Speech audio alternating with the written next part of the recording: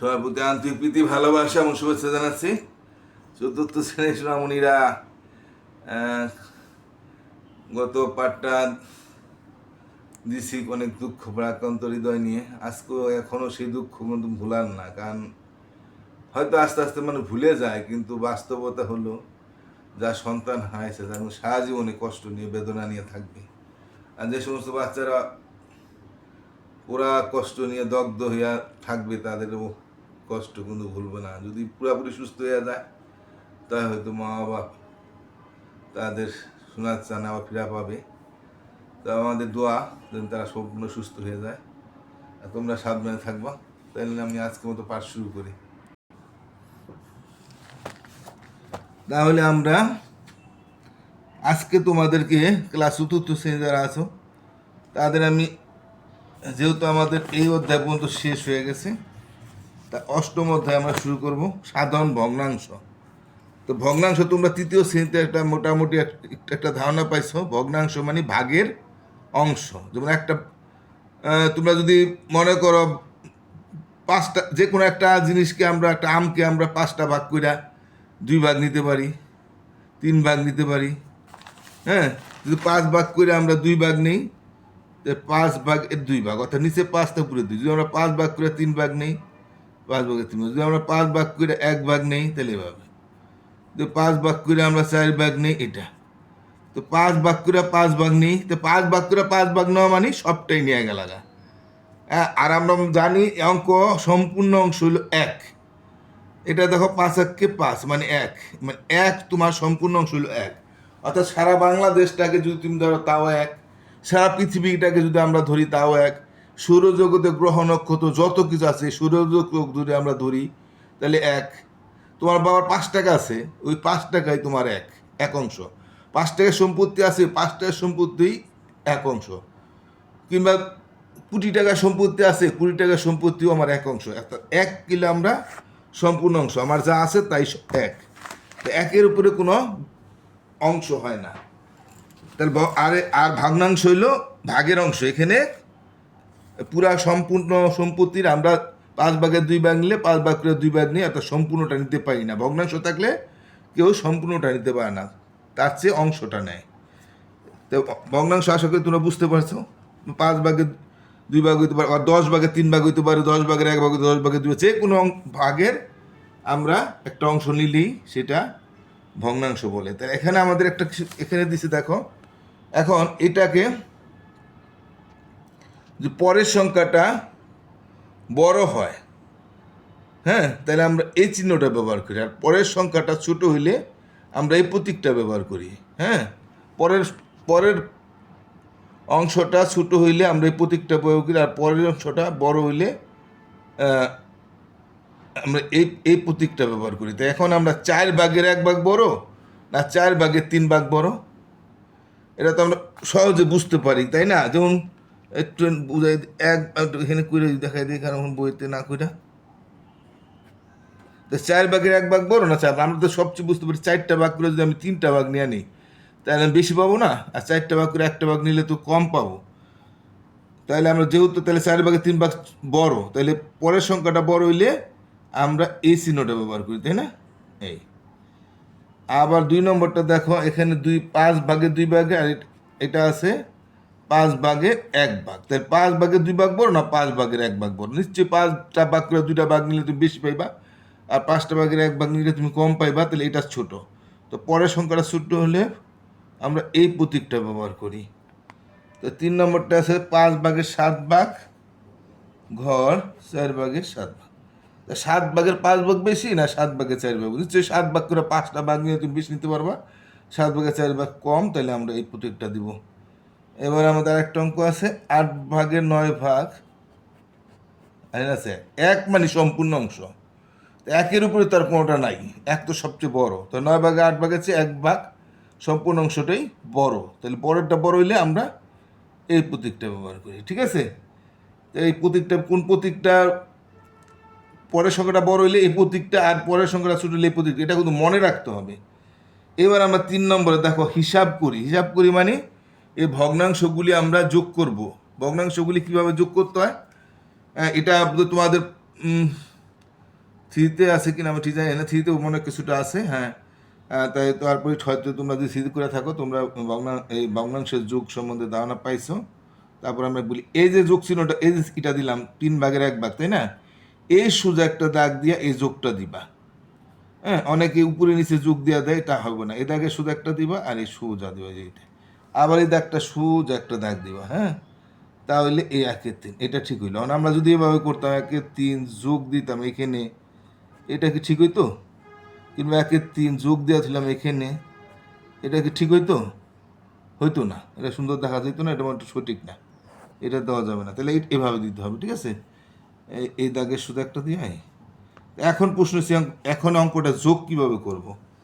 এখন এখানে 3/1 এটাও 3/1, দুইটাই একই সংখ্যা আছে, অর্থাৎ নিচেরটাকে কি বলি আমরা, এটা কিন্তু মনে রাখতে হবে। নিচেরটাকে হর বলা হয়, উপরের সংখ্যাটাকে লব বলি। এটা কিন্তু সবসময় মনে রাখতে হবে, নিচেরটা হর উপরটা লব। হ্যাঁ, একটা প্রচলিত একটা প্রবাদ আছে যে দুধের স্বর উপরে আর ভগ্নাংশের স্বর নিচে, উল্টা। তা স্বর ওখানে হলো দুধের স্বর, হর না। তা যাই হোক, উচ্চারণটা যেহেতু একই রকম বোঝা যায় সেজন্য এভাবে প্রচলিত প্রয়োগ করা হয় যে দুধের স্বর উপরে পড়ে আর ভগ্নাংশে হর নিচে থাকে। তো এখন আমরা হর দুইটাই 3 আছে তাই না। তা হর দুইটা যদি 3 হয়, একই সংখ্যা হয়, তাহলে এখানে দুইটা সমান দাগ দিয়ে এভাবে একটা দাগ দিবা। হ্যাঁ, এসব এত এটা সমান করে একটা দাগ দিবা। তো এখন আমরা দুইটাই যেহেতু হর 3 আছে, তাহলে আমাদের এই যোগে শুধু 3, অর্থাৎ লসাগু 3। দুইটা 3-এর লসাগু 3, মানে এই দুটো লসাগু করে এখানে বসাইতে হয়। তো যেহেতু দুটো একই সংখ্যা, তাই লসাগু 3ই থাকবো। এখন প্রশ্ন হয়েছে এখন কি করব। এই যে নিচের যে হরটা আছে, এই হরটা দিয়ে এই লসাগুটাকে ভাগ করতে হইব। তা 3 দ্বারা যদি আমরা 3-এর ভাগ করি, তাহলে 3 এক হয় না। মানে সমান সংখ্যাটা ভাগ করলে কিন্তু 1 ভাগ করলে হয়, 5 দ্বারা 5-এর ভাগ করলে 1 হয়, 100 দ্বারা ভাগ করলে 1 হয়, 1 কোটির 1 কোটি দ্বারা ভাগ করলে 1ই হয়। তাই সমান সংখ্যা ভাগ করলে 1 হয়, তার নিচেরটাতে কিন্তু ভাগ হবে। আমি কিন্তু এখন ভালো মন্দ বুঝাই দিতেছি, যেহেতু যখন প্রথম অঙ্ক করে সেখানে তখন আমি খুব সুন্দর করে বুঝাই দিই। পরে আবার যেহেতু তোমাদের শিখা হয়ে গেলে পরে তারা তো ভালো করে বোঝানোর প্রয়োজন পড়ে না, কারণ তোমাদের শিখ হয়ে গেছে। তো এটা আবার একটু খেয়াল করো। তো দুইটাই 3 থাকলে লসাগু আমার 3ই হবে, এখানে অন্য কিছু লসাগু করার সুযোগ নাই। অর্থাৎ নিচের দুটা হরগুলিরে লসাগু করতে হয়, লসাগু দুটা 3-এর লসাগু 3ই হবে। তাই 3 ভাগ করবো, অর্থাৎ নিচেরটা দা ভাগ, যা ফল হইব তার উপরের সংখ্যাটা একটা গুণ। একটু মনে রাখতে হবে, এটা সহজ, কিন্তু হয়তো অনেক হয়তো আইলিয়া যায়, কিন্তু এটা কিছুই না। 3 ভাগ করলে একবার গেল না, এক দা আবার একের যদি গুণ করি এককে একই হয়, অর্থাৎ নিচেরটা দিয়ে ভাগ, যা ফল হইব সে ফলটা একদা পুরো একটু বুঝাই দিই। দেখো, এই 3 যদি ভাগ করি, 3 তাহলে আমার ফল হলো 1। আর 3-এর উপরে আবার 1 আছে না, এই 1 দিয়া ওই 1 উপরে যা থাকবে সেটার গুণ, তাহলে 1 আছে, 1 একই হয়। হ্যাঁ, 2 থাকলে 2 হইতো, তাহলে এটা আমার সেই যে 1 হইলো, অর্থাৎ নিচেরটা দা ভাগ, যা ফলে উপরটা দা গুণ। এবার যোগ চিহ্ন আছে, যুগে সোজা যোগ দিবা। আবার 3 ভাগ করলে একবারই যায়, আবার 1 গুণ করলে একই হয়। এখন আমি তোমাদের একটু বুঝাই দিই, যেহেতু লসাগু হর দুইটা একই লসাগু, সেহেতু এই উপরের সংখ্যাগুলি বসবে। 2 থাকলে 2 বস্তু, 2 থাকলে 2 বস্তু। তাহলে আমাদের এখন 3, নিচে 3 হইলো, আর উপরে আমরা একে যোগ করলে 2 হয়। এই 3-এর 2 আমার উত্তর। আমি তো আর শান্তি লিখি না, লেখা দিলাম একবার। এ 3/2 উত্তর হইলো। 3-এরটা আমাদের হয়ে গেল। এবার একবারে 3-এর আমরা 1-এরটা করলাম, এটা না। এবার 2-এরটা দেখি, এটাও সে একই হবে, একদম সহজ। এই দেখো, এই সুদা কোনো দাগ দিবা, আবার এই যে এই যোগের এই সুদা একটা দাগ দিবা, তাহলে অঙ্কটা সঠিকভাবে হবে। এলোমেলো দাগ যোগ দেওয়া, এখানে যোগ দিতে পারবো না, এখানে যোগ দিবা, এটা হবে না। তাহলে আবার 2টা দাগ দিলাম, এই সমান চিহ্ন এটাকে বলে। অনেকে বলে সমান সমান, এটা কিন্তু সমান সমান না, শুধু সমান। তাই আমরা মাঝখানে একটা দাগ দিই, এই 2টা দাগের অর্থাৎ সমান চিহ্নের ঠিক মাঝখানে দাগটা দিব। 2টার 7 আছে, এটাও হর 2টা একই আছে, তো লসাগু 7ই হবে। এইটাও অবশ্যই একই নিয়ম, 7-কে 7 একবার যায় ভাগ করলে, আবার 2-1-কে 2ই হয়। এটাও 7-7 ভাগ করলে একবার যায়, 1 দা বা 4-এর গুণ করলে 4-1-কে 4ই হয়। এটা 7-7 একবার যায়, 1 দা 2-এর গুণ 2-1-কে 2। এখন এটাও দেখো, যেহেতু লসাগু একই সমান, তাহলে উপরে 2 বসে, উপরে 4 বসে। তো এটা আমরা কিন্তু এইভাবে এভাবে করতে গেলে যদি কঠিন মনে হয়, কিন্তু লসাগু এক হইলে বোঝা যায় যে উপরের যা আছে উপরের ডি বসবে। আর যদি অন্য হইতো তাহলে কিন্তু আবার বেশ কম হয়ে যেত। তোমার একটু বুঝাই দিতে আসি একটু পরে। 7 4 2 6, তাহলে এভাবে কিন্তু একদম সোজা, কারণ উপরে ডি বইতে আছে। এবার 3-এরটা দেখি, 5/6 যোগ 1/6, এটা হলো লসাগু, তাই 6, 6 ভাগ করলে একবার যায়, 5 কি 5, 6 একবার যায়, কি 1, অর্থাৎ উপরে 5 আর উপরে 1ই বলি আগের মতো। তাহলে আমরা কিন্তু এরকম করে যখন করতে যাইতেছি আমরা হিসাব করলে আমরা এই যে 5/6 1/6 লসাগু সমান, তাহলে উপরের 5ই বসাই দিলাম, উপরের 1ই বসাই দিলাম। এমনি বুঝি, কিন্তু আমাদের নিয়মটা জানতে হবে। 6 ভাগ করলে একবার যায়, একবার গেল ভাগফল 1, ভাগফল দিয়ে এটার গুণ, উপরে লবটাকে গুণ, 5কে 5, 6 ভাগ করলে একবার গেল ভাগফল, আবার 1 দেখ, এটা লবকে গুণ করলে 1 এইভাবে। তো 6, 5 আর 1 6, তো দুটোটাই কিন্তু 6, তাই 6 দা যদি দুটোটা হর আর লব যদি 1 সমান হয় তাহলে 1 উত্তর হবে, 6 6। হ্যাঁ, এই 1। আবার 5 আর 5 থাকলে 5কে 5, 7 আর 7 থাকলে 7কে 1ই হইতো। হর আর লব 1 থাকলে 1 উত্তর হয়। 3-এরটা হয়ে গেল, এবার আমরা 4-এরটা দেখি, তাই না? সহজ অঙ্ক আর কি, কিন্তু একটু বুঝতে হবে কীভাবে অঙ্কটা হইলো। এটা আর কি আমরা একবার শিখে হয়ে গেলে আর আমাদের শেখার দরকার নাই। তো এটাও সে একই 10, যেহেতু আমাদের 10, তাহলে উপরে 3ই বসবে এখানে, আর ওর উপরে 7ই বসবে। তো নিয়মটা তো বুঝছো, 10 একবার যায়, আর 1 দা 3-এর গুণ করে 3 3, 10 একবার যায়, 1 দাবার উপরে লবকে গুণ করলে 7কে গুণ করলে 7কে 7, 10কে 10, আর 7 আর 3 10 আর 10, তাহলে হর আর লব 1 হয়ে গেছে, তাহলে 1 উত্তর হবে। 10কে 1, হর আর লব 1 লেখ, উত্তর 1, উত্তর লিখলাম না।